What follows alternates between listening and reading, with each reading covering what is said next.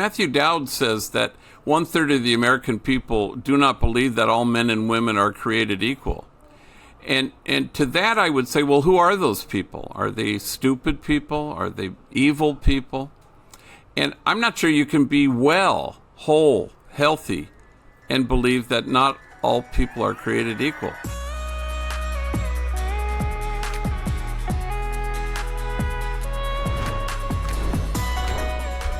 Welcome to Assembly Required with Stacey Abrams from Crooked Media. I'm your host, Stacey Abrams. If you're a regular listener to Assembly Required, you likely know three things. 1, I'm from a very large family. 2, I grew up in Mississippi. And 3, my mom was a librarian and my dad was a shipyard worker. But in 1989, my parents changed all of our lives. They moved the 8 of us from Mississippi to Georgia because they heard a call to the ministry. For the next 3 years, my parents were full-time graduate students at Emory University, pursuing their Masters of Divinity.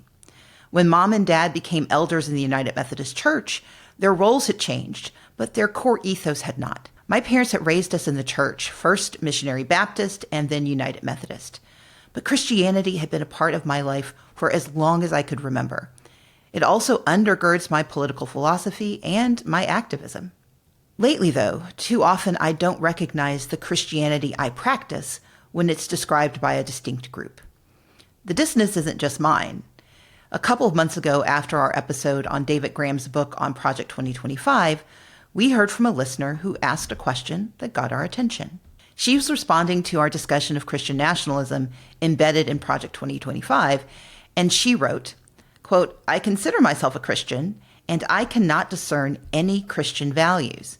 Could someone explain what values of Christianity the Christian nationalists are drawing on? Anything related to the teachings of Jesus?" That conflict is the topic we are going to tackle today. My Christian faith is deeply important to me. I grew up in a family that taught me that I cannot call myself a Christian and forego my responsibility to help those more vulnerable than myself. And yet, in today's political discourse, questions of what Christianity is and how it is used vary dramatically.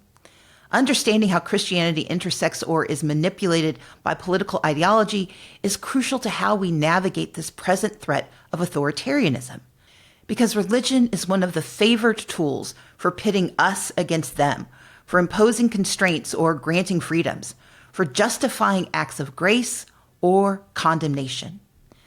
This is part of step 7. In this case, using religious identity to divide and ostracize and cast blame on others. So let's start with some definitions. Christian nationalism, or more accurately, white Christian nationalism, is an extremist, anti-democratic ideology whose leaders believe the United States was founded to be a Christian nation only for Christians. This ideology is aligned with white supremacy, and in practice is more about identity than faith. Its adherents believe Americans must be a specific kind of Christian, conservative and white, to the exclusion of all others. Christian nationalist leaders have been key allies of President Trump since his first election, and in 2024, then vice presidential candidate J.D. Vance appeared at a Christian nationalist town hall.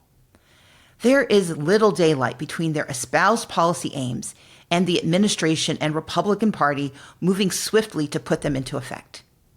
Yet, I hold to a Christian tradition rooted in what Representative James Talarico describes as the ability to love Judas, not just Jesus.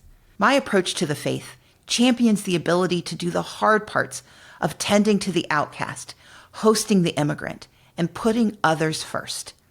This version of Christianity has not received as much media attention, nor has it been as prominent in current political narratives. As a Christian, I also believe that one of America's core strengths is our diversity, including our religious diversity.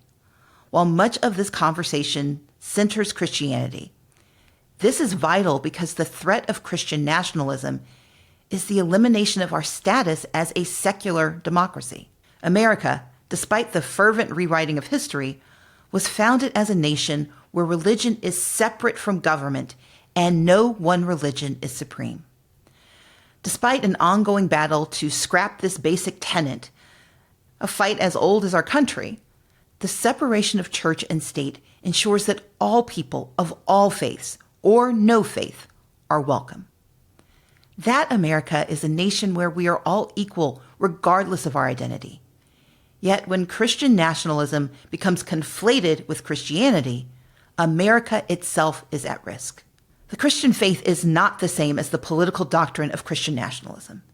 They use the guise of religion to undermine our Constitution and twist Christian values to legitimize their demonization of the gay and transgender communities, the erosion of reproductive rights, the brutal treatment of immigrants, discrimination against people of color, and their wholesale abandonment of the poor. But believe me when I tell you, none of this aligns with Jesus' teachings. But unfortunately, the role of right-wing religious leaders influencing our nation and our politics is nothing new. The modern religious right, birthed as a political movement to protect school segregation and deny Jimmy Carter the presidency, has always pursued regressive policies and tactics that are anathema to the central beliefs of Christianity. Since the beginning of this movement, right-wingers in power have wielded faith as a tool of oppression rather than liberation. But just because it's loud doesn't mean it's right. In order to help us understand the threat that Christian nationalism poses and how faith can instead be a powerful tool for progress, I have two extraordinary guests. Bishop William Barber, who has many titles, president of Repairers of the Breach, co-chair of the Poor People's Campaign, and professor at the Yale Divinity School, and Father Greg Boyle, the founder of Homeboy Industries, Jesuit priest and author. And a quick note. I know that many of our listeners come from other faith traditions or no faith tradition at all. I promise all of you, you'll find something to take with you from this conversation. So stick around. I am so delighted to be joined by Father Greg Boyle and Bishop William Barber. Thank you both so much for joining me today. Honored to be here. So honored. Thank you so much to both of you. The reason I want to have this conversation today is that I did an episode a few weeks ago with David Graham, who wrote a book on Project 2025. And as part of that conversation, we talked a lot about how Project 2025 was written to pursue the Christian nationalist goals. A listener then wrote to us and asked us to explain what the values of Christianity are that Christian nationalists are drawing on. And yeah, I thought it was a good question. I haven't talked about my faith often on the show, but I spend a lot of time in that conversation in lots of other places. And I think it's an important conversation to have.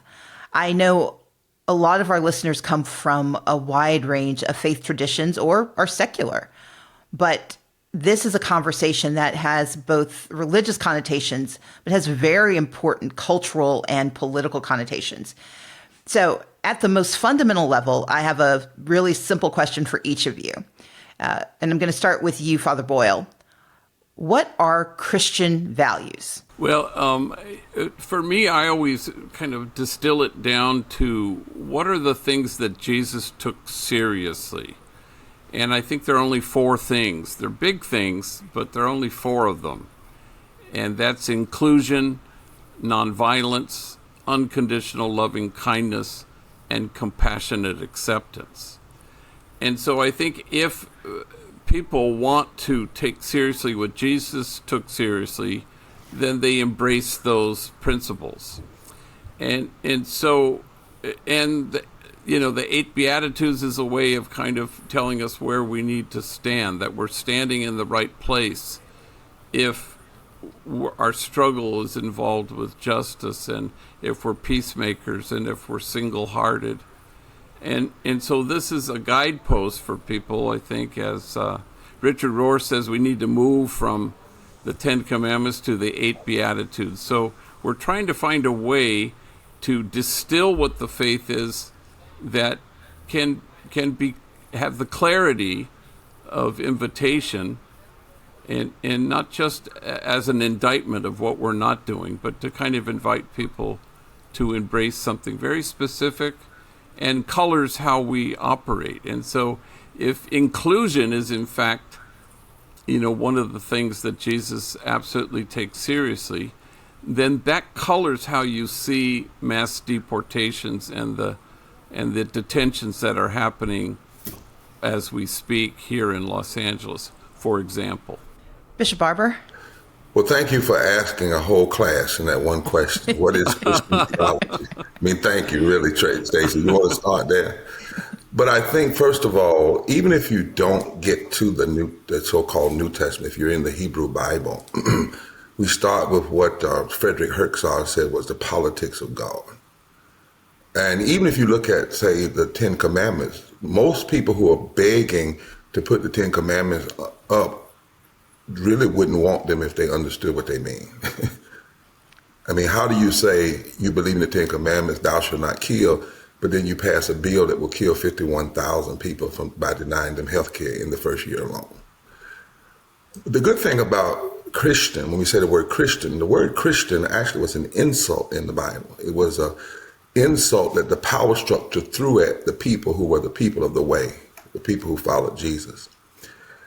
And today, one of the first things we have to do is take the name Christian off of Christian nationalism. We have too many people just trying to throw the name Christian on in and everything. We have a sermon and we have a servant. We don't have to guess where Jesus stood. In his first public sermon, Jesus said, "The Spirit of the Lord is upon me to preach good news to the poor." The word there translated in Greek was patokos. It means those who've been made poor by economic exploitation. And then he listed all of the people that the Roman Empire dismissed, degraded, and destroyed. The broken, the blind, the bruised, and all of those made to feel unacceptable. In his last sermon, and he was almost killed that day, by the way. First sermon almost got him killed. Last sermon, he said, every nation, every political structure will be judged by how we treat the least of these. The sick, the prisoner, the immigrant, the thirsty, the hungry, the least of these. So we don't have to guess. We have a servant and a servant. We have a book and we have practice. And what we find when we look at that is so much of what's being called Christian is at best theological malpractice, but at worst is heresy. And heresy is not a word I came up with. One of the goals of the ancient fathers and the ancient people in the church was to distinguish between what was theology authentic and what was not. And we're, in a sense, we need a Nicene Council, but a modern day one now. Because there are some things we need to stop even repeating that is Christian, because it does not line up with the servant and the sermon, the book and the person of the book. When I was running for office in 2018, when I stood for governor, I had already been in political office for 11 years. When I ran the first time, it was to run for state legislature in 2006. And my parents were living in Mississippi. I was having a conversation with my mom and dad one day, and my father said, have you started going to churches yet? And I said, no, I actually have been declining invitations. And my mother said, why? And I said, well, you guys raised us, we were very politically active as children. I was very active in college politics, but I'm also very religious. And I said, I just don't feel comfortable melding the two. And my dad laughed and he said, Stacey, the Bible's nothing but politics. And he and my mother both said, you have this responsibility to meet people where they are. And often that's in places of faith. So it's not about going there to do politics. You're going there because people's faith and lived experience comes out in political action. And so, Bishop Barber, I'm going to stay with you because you've built a life that builds and blends faith and political action. You build coalitions, you train other religious leaders in how to build political movements.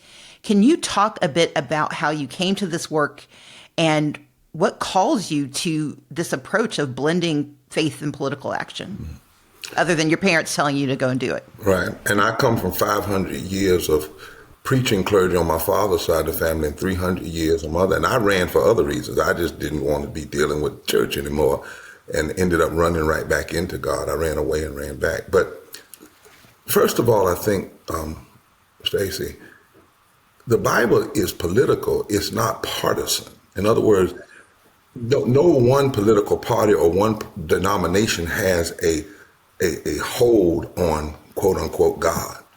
But the God of the scriptures and the God that is spoken of in Jesus is quite political in the sense of challenging the injustices of the world and offering a different way forward than the way of violence and the way of destruction, as Walter Wink said in his book, Naming the Powers, and claiming about he was a scholar up at Union Theological Seminary. One of the ways I open my class in public theology and public policy, which has a long history, from Moses challenging Pharaoh to Jesus challenging Herod and Caesar, all the way through to the abolitionists challenging the slave masters. I open it by coming in the classroom with a styrofoam cellophane bag full of all the scriptures in the Bible that speak to the issue of how we treat the least of these, the poor, the women, the children, and the marginalized that have been cut out. And I dump them on the table. And then I show them that Bible they came from. There are more than 2,000 scriptures that call on us to challenge and examine and critique political realities in our world. One of the best scriptures for me, Stacey, is Isaiah 10. Isaiah was preaching and he said, "Woe unto those who legislate evil and rob the poor of their rights and make women and children pray," P-R-E-Y. So there is no way you can pray, P-R-A-Y, at an opening of a Congress or a state assembly and then pass laws that pray, P-R-E-Y, on the least of these and somehow not see the contradiction. Consciousness requires that we challenge injustice, inequality, breaking of community, destroying of the least of these. We say what will the consequences will be if we continue down that route. But then there's a last thing. The prophetic imagination is always supposed to provide hope of another way. There are three movements: the critique of what's going on, the doom or the destruction that will happen if you continue this way that is contrary to the values of God, and then things don't have to stay like this. There can be redemption. There can be hope. Assembly Required with Stacey Abrams is brought to you by Built. Rent is a huge expense, but even though you pay it on time every month, you don't really get much else in return. Built makes it worth it. Built is revolutionizing how millions think about paying rent by rewarding their members with points and exclusive benefits every single month. By paying rent through Built, you earn flexible points that can be redeemed towards hundreds of hotels and airlines, a future rent payment, your next Lyft ride, and more. But it doesn't stop there. Built is about making your entire neighborhood more rewarding. You can dine out at your favorite local restaurants and earn additional points, get VIP treatment at certain fitness studios, and enjoy exclusive experiences just for Built members every month. Built is turning a monthly expense into an opportunity to earn rewards and discover the best that your neighborhood has to offer. Your rent is finally working for you. Earn points on rent and around your neighborhood wherever you call home by going to joinbuilt.com/assembly. That's JOINBILT.com/assembly. And make sure to use our URL so they know we sent you. Assembly Required with Stacey Abrams is brought to you by ZBiotics Sugar to Fiber. You've heard my friends at Crooked rave about ZBiotics pre-alcohol probiotic. Well, I have exciting news. Their team has crafted a product to help you get more fiber into your diet without changing what you eat. Look, getting enough fiber in my diet can be a second job. Add the importance of fiber diversity, and the task seems that much harder. That's why ZBiotics Sugar to Fiber probiotic mix is a game changer. The PhD microbiologist over at ZBiotics understand that 95% of Americans don't get enough fiber. So they genetically engineered a probiotic drink mix called Sugar to Fiber. Sugar to Fiber turns sugar in the foods I eat into a prebiotic fiber called levain fiber. It's really hard to get levain from a typical diet, and it helps improve the amount and diversity of fiber that our bodies receive. Sugar to Fiber delivers more fiber into a daily diet without having to make big changes to our routines. The brilliance of Sugar to Fiber is the ability to convert the sugar you're already consuming into something more productive and towards a healthier outcome. As someone who travels a lot, I like that I can keep some in my purse so that I can be sure to support my gut health when I'm on the go and don't have access to high-fiber foods. Go to zbiotics.com/assembly and use assembly at checkout for 15% off any first-time orders of ZBiotics probiotics. ZBiotics has a 100% money-back guarantee. So if you're unsatisfied for any reason, they will refund your money, no questions asked. Thank you, ZBiotics, for sponsoring this episode. Well, Father Boyle, listening to Bishop Barber, there's the responsibility of using both politics and faith to build the world we're supposed to have. You have devoted your life to service in a way that builds opportunities for the marginalized. Going back to my parents, my mom and dad, my mom was a librarian, my dad was a shipyard worker.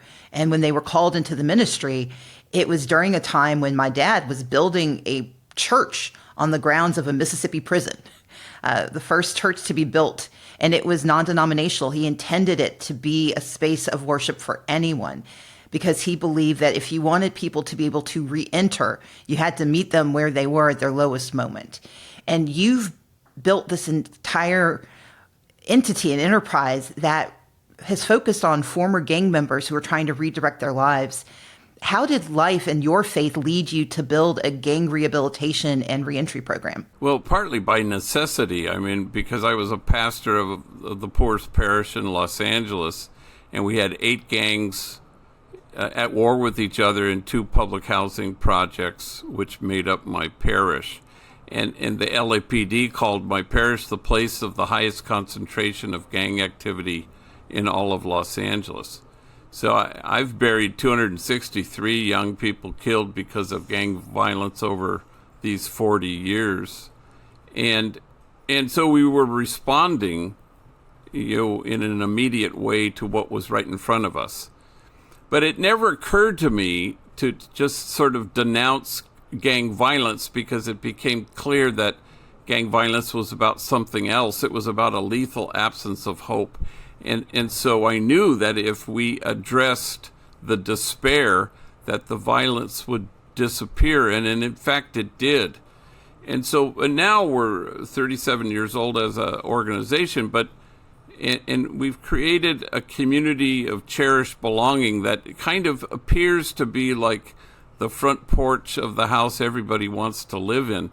And so you're trying to announce a message. What if we were to invest in people rather than just trying to futilely arrest our way out of our situation and our poverty and our despair? I mean, today, August 11th, is the 60th anniversary of the Watts riots. And I remember I was 11 and I had a paper corner on Vermont and Beverly. I could see Watts on fire.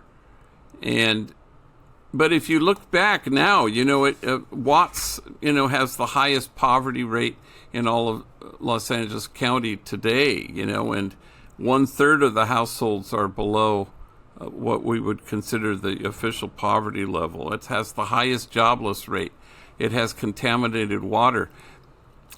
How have things really changed in those 60 years? You couldn't point to very much in Watts right now, except for, organizations that are really quite prophetic and stalwart in their advocacy for that community. So everything is about something else. The trick is to kind of find the something else.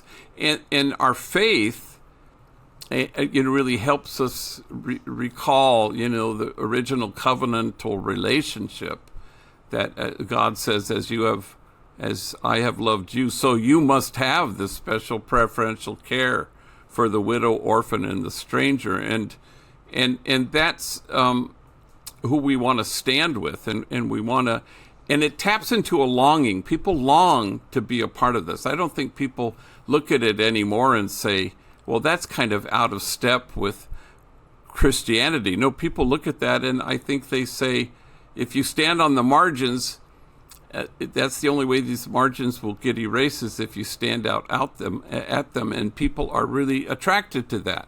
They want to join you to stand with the demonized so that the demonizing will stop, and with the disposable so that the day will come when we stop throwing people away.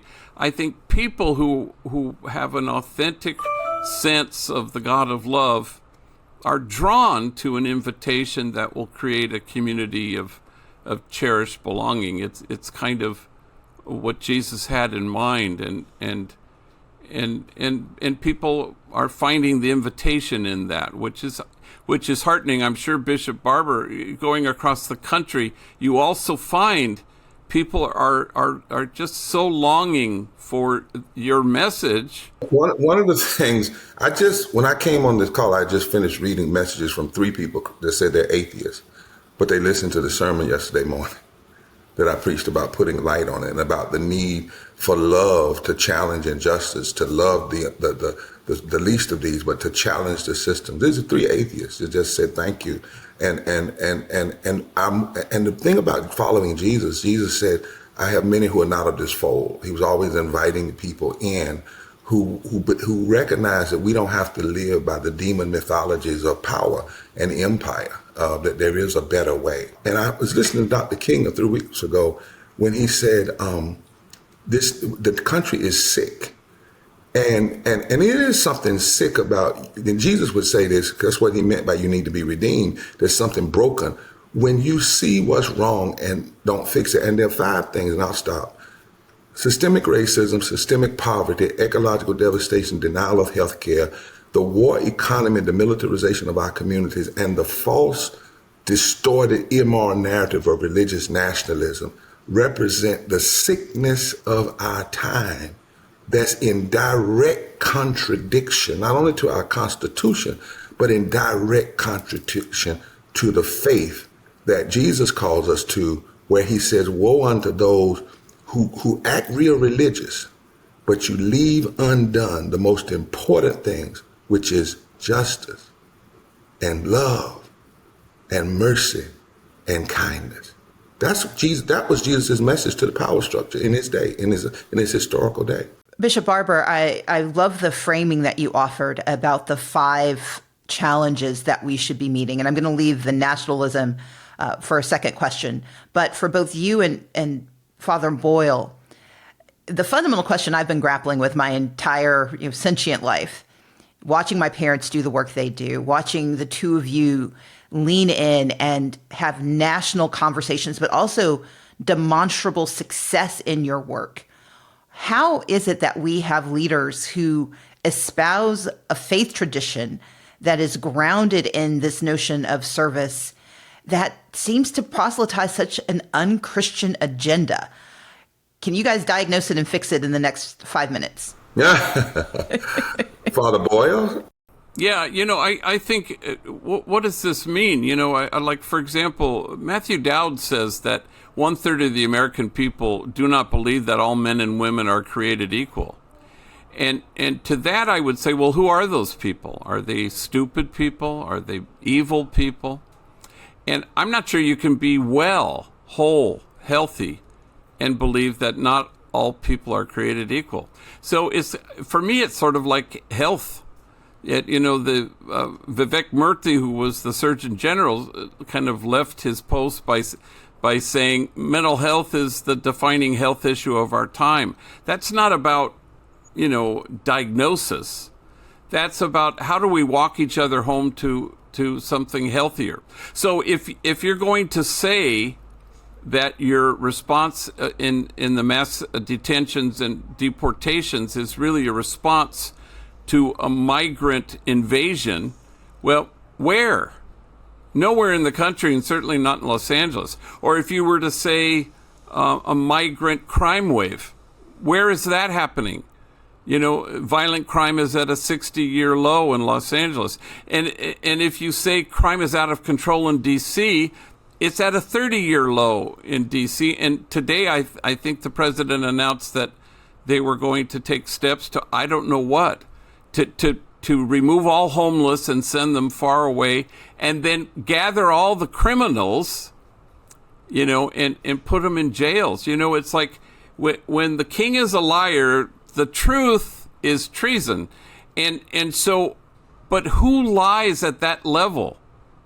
I don't think anybody healthy or whole or well. I really think it's like a health issue. And that's why Jesus, for me, even when they're complaining to him about Jesus having dinner with tax collectors, he kind of says, well, they want to talk about sin, but he wants to talk about health. He goes, the doctor comes for the person who's not well. So I think, our health, people are unable to, can you be healthy and at a rally for Donald Trump in the first 100 days in Michigan, and the lights go down and they show images of brown men being perp walked off a plane and then handcuffed and crouched and heads shaved, and it ends up with images of brown men in cages at Sikot, which is a gulag in Salvador, and people cheer and people roar and people clap and they start to yell USA. My question is, can you be a healthy adult and do that? I don't think so. And so I believe everybody's unshakably good, and I believe we belong to each other. And so how do we roll up our sleeves and help each other home to treasure and heart, as the gospel yesterday talked about? Where your treasure is, there your heart is, and where your heart is, there your treasure is. It's interchangeable. And that's kind of what we try to do here. You get people to a place where they're flourishing and they're thriving because they know the truth of themselves. They find their true self in loving. And then they're able to go out and be advocates for people who really are suffering right now in this city from fear and terror because of ICE raids, for example. Stacey, let me run through some broad strokes that would, as I said, you ask these questions that would be, you coming to Yale, that would be a class in and of themselves. Because what we are in is a crisis of civilization and a crisis of morality and a crisis of faith, really. I was talking to someone who is an expert in authoritarianism, and they said one of the things authoritarians do is they get people to adjust their morality. They get people to disassociate themselves from just basic human rights. That's a fundamental part of authoritarianism working, right? But I want to run some broad strokes that I think we'd have to unpack, and I want to go where Father Boyle just went. Over and over in Scripture, nations that are unjust toward the least of these, and systems and politics are called sick. If you go to 1 Chronicles 7, it says that God, if you do certain things and repent, God will heal your land. So the notion is that the land is sick, right? The land is sick. Jesus was always doing miracles, and one of the there's a book called The Binding the Strong Man, and it talks about how the healing miracles were pointing to the sickness of the larger society. And every healing miracle was about that. For instance, if Jesus feeds 5,000, the message inside of that is, why are 5,000 people hungry anyway? And just out in the street. And Jesus' miracle becomes a challenge to Caesar. It doesn't have to be like this, which is why Caesar wants to kill it, because every miracle is a contradiction. So the second thing is, we must admit what we see happening in America is us. It's not all of us. It's not the totality of our history, but it is us. It is us unrepentant. It is the history of the reality that we've never had a thoroughgoing metanoia in this country, a deep repentance. So from founding document, we exiled women and poor white men. And we wouldn't say slavery in the Constitution, but we did fractionize people in that same Constitution. Every time society abuses power and hurts the least of these, there's this constant reference to being sick. And that every time Jesus did miracles, when Jesus touched lepers, who were the people you did not touch, the question after the miracle was, why aren't you touching your own family members? Why are you letting these people die in the street? And if I can touch them, why is the religious cultist and the political cultist throwing these people away? So every miracle is a challenge, which is why the Bible says what they were most afraid of Jesus is his relationship with the people and his ability to challenge the power structures. Because every miracle would force either resentment of him or repentance. We've never dealt with true thoroughgoing metanoia in America. We have to own that, which is one of the reasons why the demons still live. Because the scriptures say if you don't really repent of a demon, it comes back 7 times stronger. So we never really repented of marginalizing women and marginalizing poor white men without land and fractionizing people as 3/5. We forced people down through the years to have their humanity voted on. You think about the sickness of that. Somebody has to vote for me.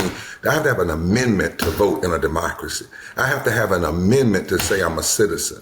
And now we have people who want to undo that. So we need a thoroughgoing repentance. We need to recognize none of this is new, whether it's the politics of slavery, whether it's something I heard you mention one time, Stacey, the Southern strategy that is still with us. When Dr. King said the greatest fear of the oligarchy, the racist oligarchy, was the possibility of poor whites and black folk coming together in the South and forming a brand new political structure that would shift the economic architect. The Southern strategy literally said, we are going to engage in positive division. And if we get caught, we're going to lie about it. And what we're doing might create a Frankenstein. And if it does, we're going to say we didn't have anything to do with it. So what we see with Trump and MAGA is not new. It is the continuation of that which was started. The last 3 things is we're always in America dealing with reconstruction, because what happens is we'll have a reconstruction from 1868 to 1878 or 90, then it ends. Then we'll have another one from 1954, 1968, it ends. And it always ends with violence. The first 2 ended with the best and the brightest of us, regardless of race, creed, and color, being either killed or killed politically in a way that they had no voice. What happens to a nation that kills its prophetesses and prophetic movement? And then finally, the Pew Foundation did a study.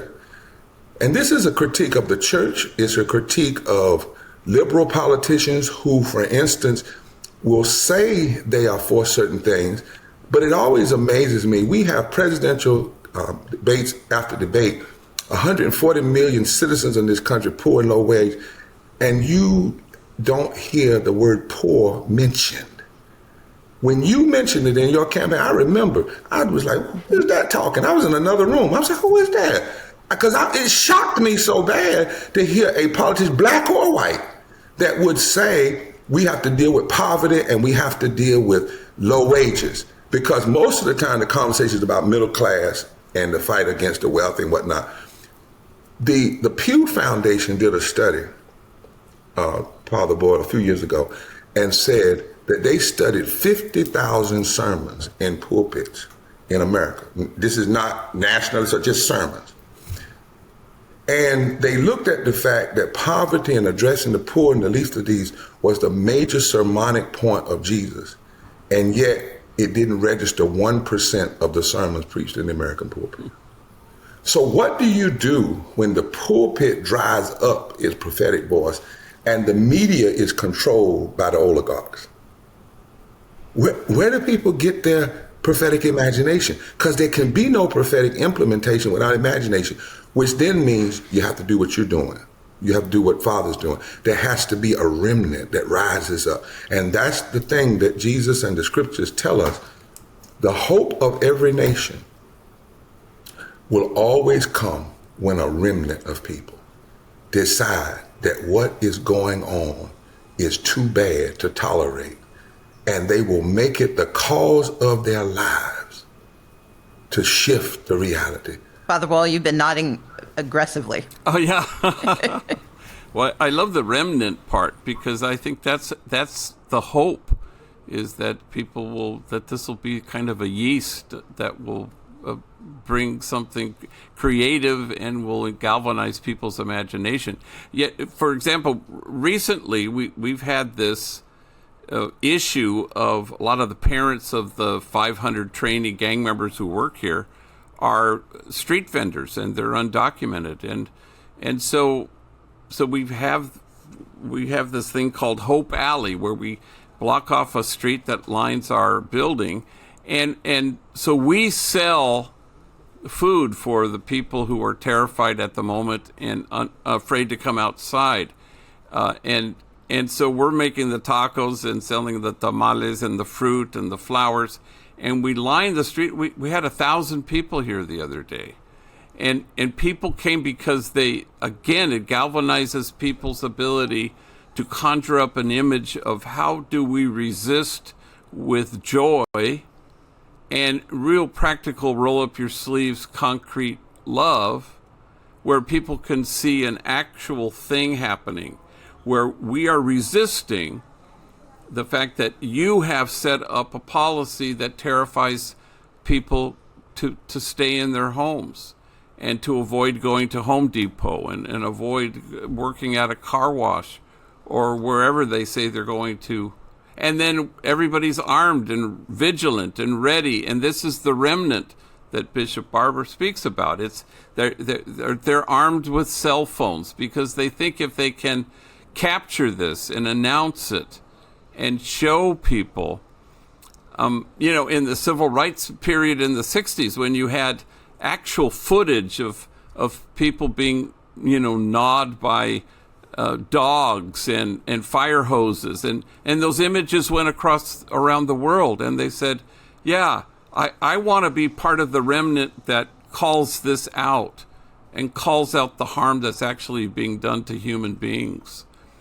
And here we've suffered the two fires in Altadena and then in Pacific Palisades, and rightfully so, people honor the first responders who were the firefighters.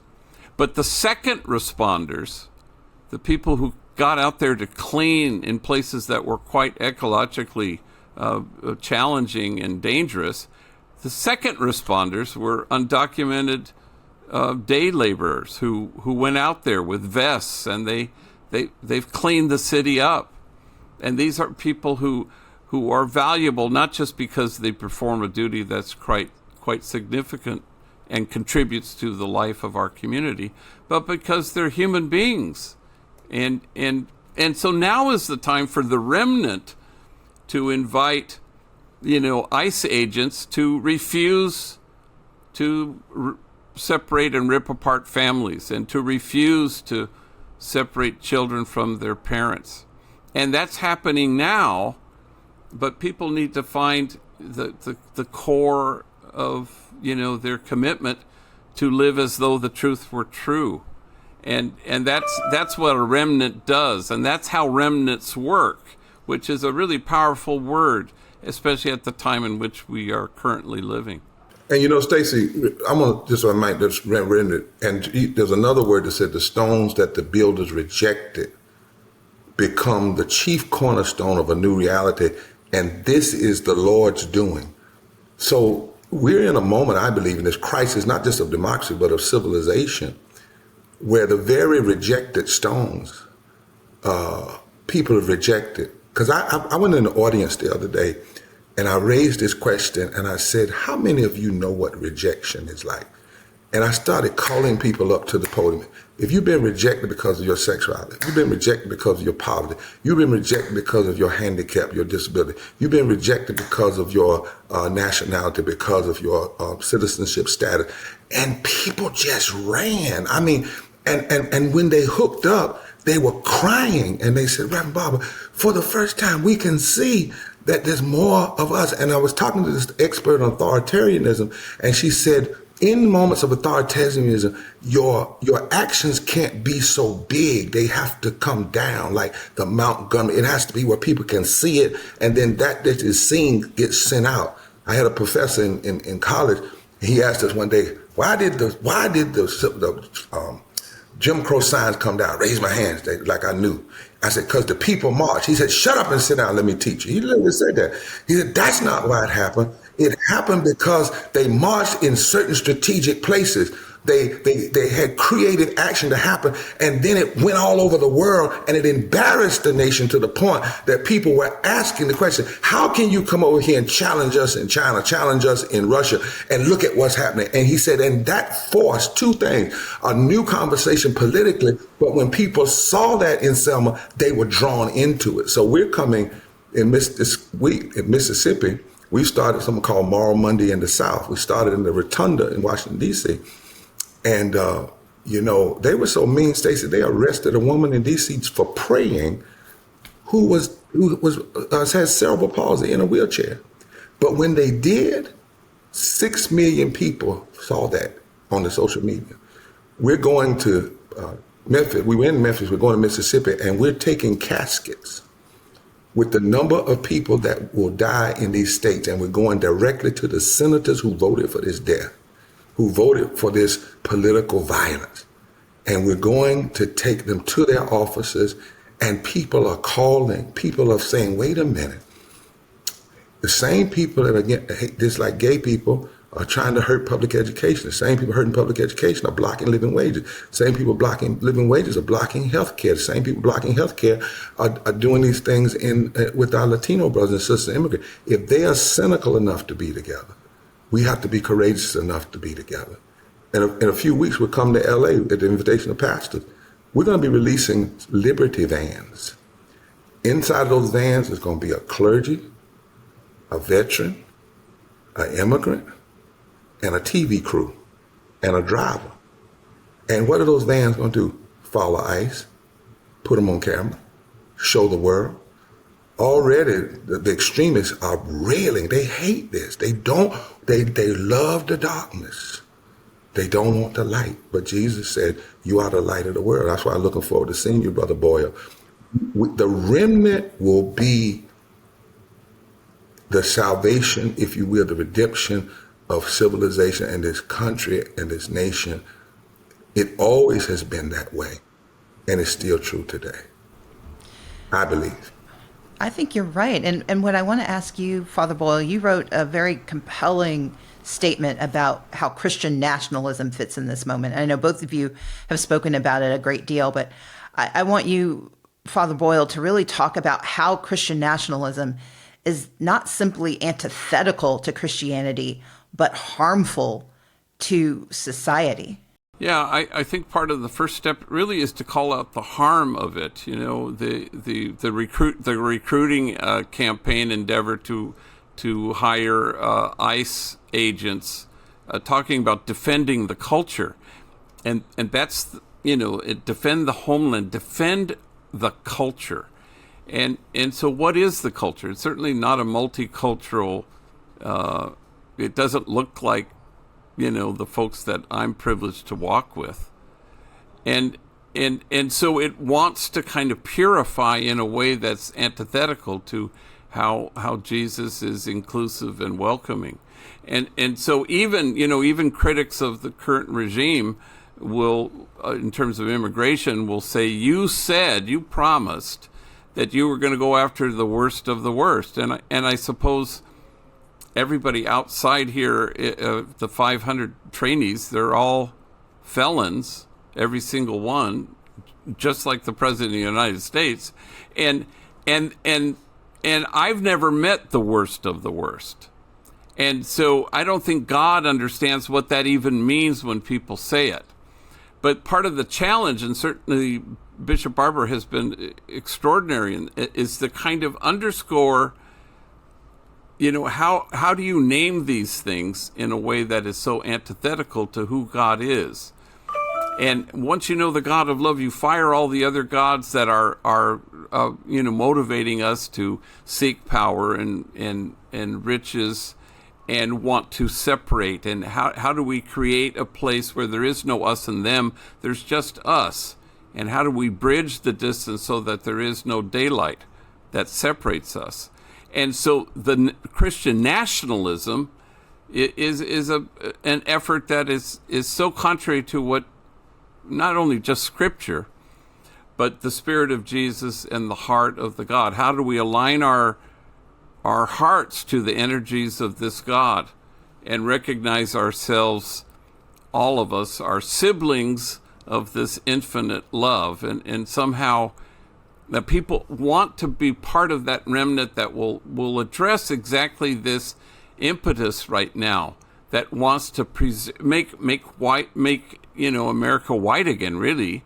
I don't know how else you can discuss it except to say that has to be the case if people are indiscriminately rounding up people who are brown. I went to a court the other day for an ICE hearing for one of the homegirls here. I dressed like a priest, which I rarely do, and I went into the federal court building, and they had, it was either National Guard or Marines, and they're all seated inside the building, and they all had AK-47s, they had helmets, their faces were masked, except that I could see that there were like 10 of them. All of them were men of color. There was one African American, the rest were Latino. But we went into the building and things went well, and she was courageous to show up because a lot of folks are too terrified if they go that they're going to be detained. But she went, and I went with her.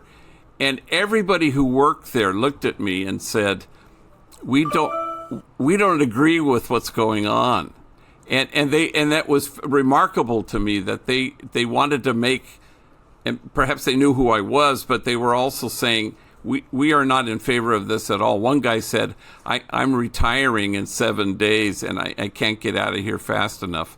So people who are healthy and whole and well can connect to how outrageous this is and the impetus to defend the culture that means eliminating people who are brown or who are other or who are poor, and what could be further from the good news. Assembly Required with Stacey Abrams is brought to you by Wild Alaskan Company. I grew up on the Gulf of Mexico, where fishing is a rite of passage and seafood is a staple. My parents now live close to me here in Georgia, miles away from the Mississippi Gulf Coast and a fresh catch. Still, when they plan their weekly grocery list, seafood is always on the menu. That's why I'm glad I can send them boxes from Wild Alaskan Company. Wild Alaskan Company is a terrific way to get wild-caught, perfectly portioned, nutrient-dense seafood delivered directly to your door. My parents love the convenience of having a variety of great seafood land right on their doorstep. They enjoy cooking for the whole family, and right now they're enjoying the coho salmon and the Pacific halibut.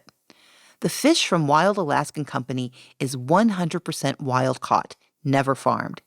This means there are no antibiotics, GMOs, or additives. Just clean, real fish that support healthy oceans and fishing communities. Wild Alaskan fish is frozen off the boat to lock in taste, texture, and nutrients like omega-3s. And it's sustainably sourced.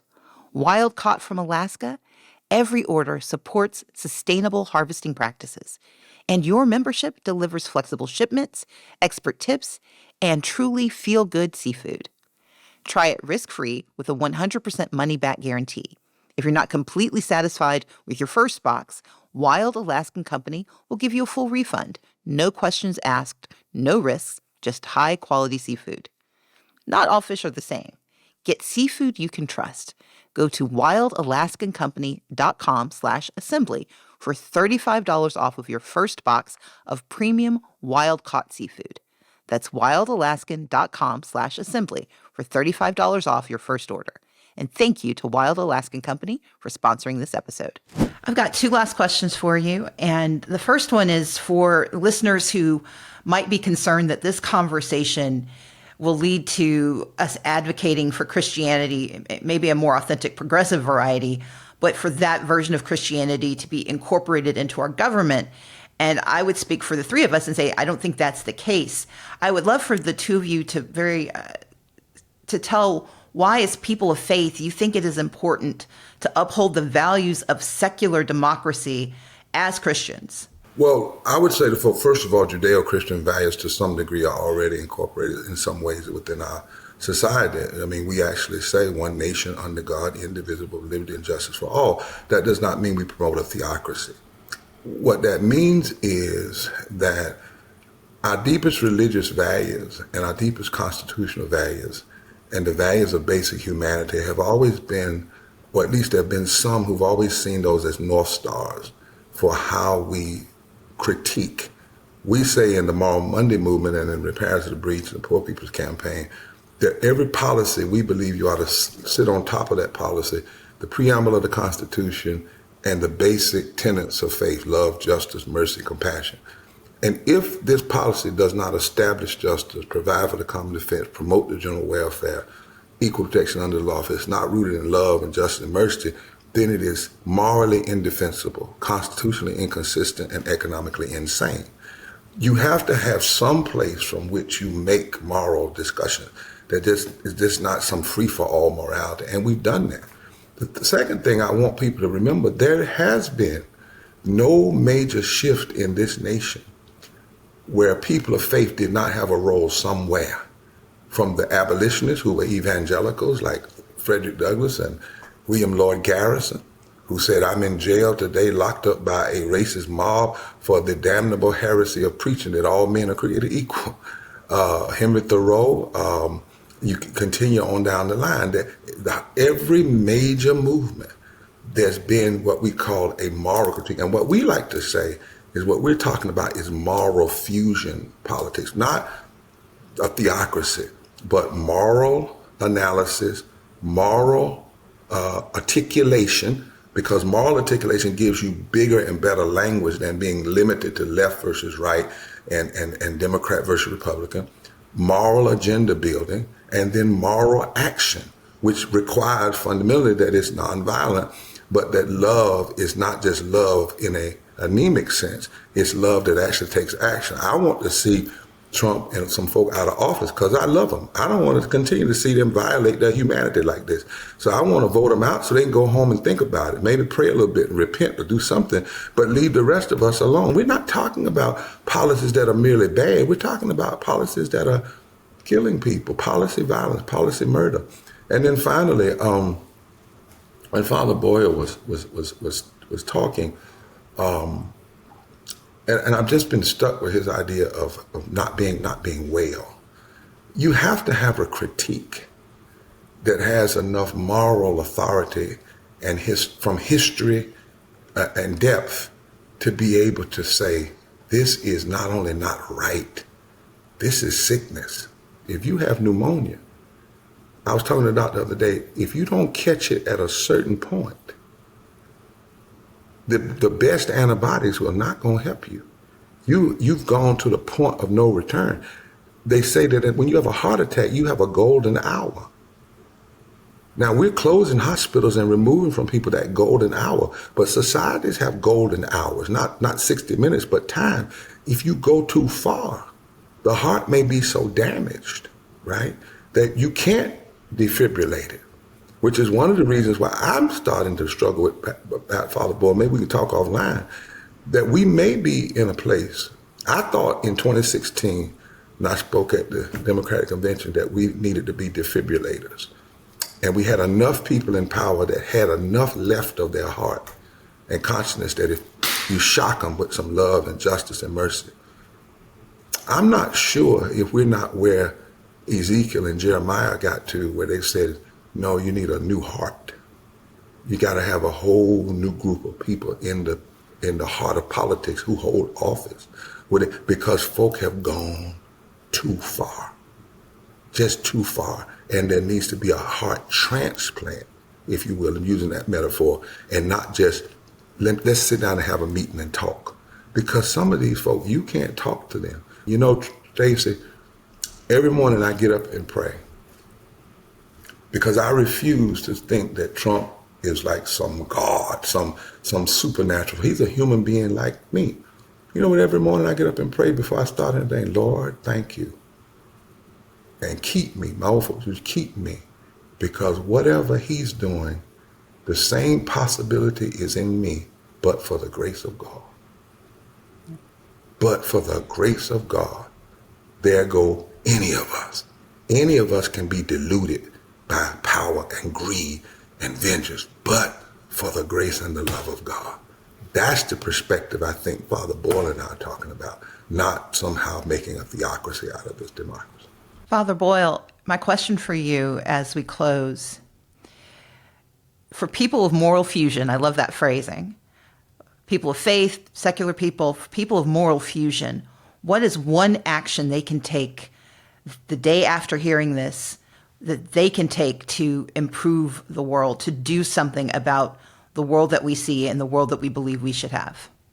You know, I was preaching at a juvenile hall, and a kid got up to do the reading, and it was from Corinthians, and it was the one we all know about love is patient, love is kind, and he got to the end and he stopped, and there was a pause, and I knew there was more to the reading, and he looked out at everybody and he said, "Love never fails." Wow.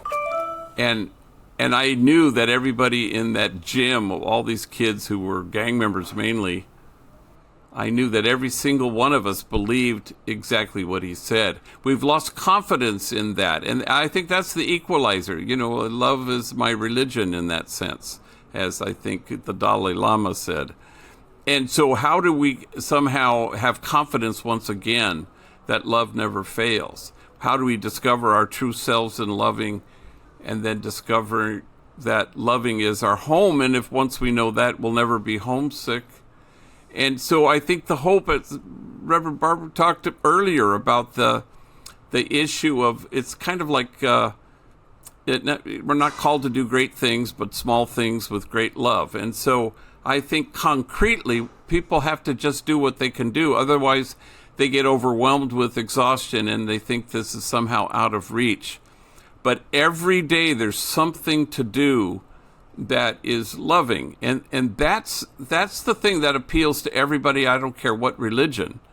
But healthy people who are on a path where they feel with each day, more well and healthy and whole, that they know that love never fails, and this is the thing they want to embrace. And it's the great equalizer. It's the thing that touches all religion, and it's the universal sense that God draws us to love as we are loved. And so we're called to be in the world who God is, compassionate, loving kindness. Father Greg Boyle, Bishop William Barber, thank you so much for not just today's conversation, but for the leadership that you are showing, for the ways that you are modeling who we can be and what we can have. Thank you so much for being with me today. Thank you. Blessings to both. Thank you all. Thank you. Thank you. As always on Assembly Required, we're here to give you real, actionable tools to face today's biggest challenges. First, be curious. To learn more about the progressive theology that our guest discussed, I recommend two really important texts. First, A Theology of Liberation by Gustavo Gutierrez, and second, The Cross and the Lynching Tree by James Cone. Both explore liberation theology, which is an interesting and I think important way to enter these conversations. Second, solve problems. I encourage you to join a secular or interfaith organization that can oppose the march of Christian nationalism and reassert our faith pluralism. Check out the Interfaith Alliance at interfaithalliance.org, whose mission is to advocate at all levels of government for an equitable and just America. And look for similar groups where you live. Belonging, though, must be met with volume and action. And third, do good. Check out Homeboy Industries at homeboyindustries.org to learn more about how you can volunteer or donate to support their programs. And visit poorpeoplescampaign.org to get involved with a movement led by the poor and dedicated to supporting those in poverty across the country. As always, if you like what you hear, be sure to share this episode and subscribe on all of your favorite platforms. And to meet the demands of the algorithms, please rate the show and leave a comment. You can find us on YouTube, Spotify, Apple, or wherever you go to listen. Over the next few weeks, we're going to continue talking about the 10 steps to autocracy and how to fight back. I'd love to hear more about what you're seeing on the ground, groups providing mutual aid, innovative neighbors doing extraordinary things, and issues you aren't hearing enough about. If you have a report, a question, or a comment for me, send it in. You can start with an email to assemblyrequired@crooked.com or leave us a voicemail, and you and your questions and comments might be featured on the pod. Our number is 213-293-9509. That wraps up this episode of Assembly Required with Stacey Abrams. Be careful out there, and I'll meet you here next week.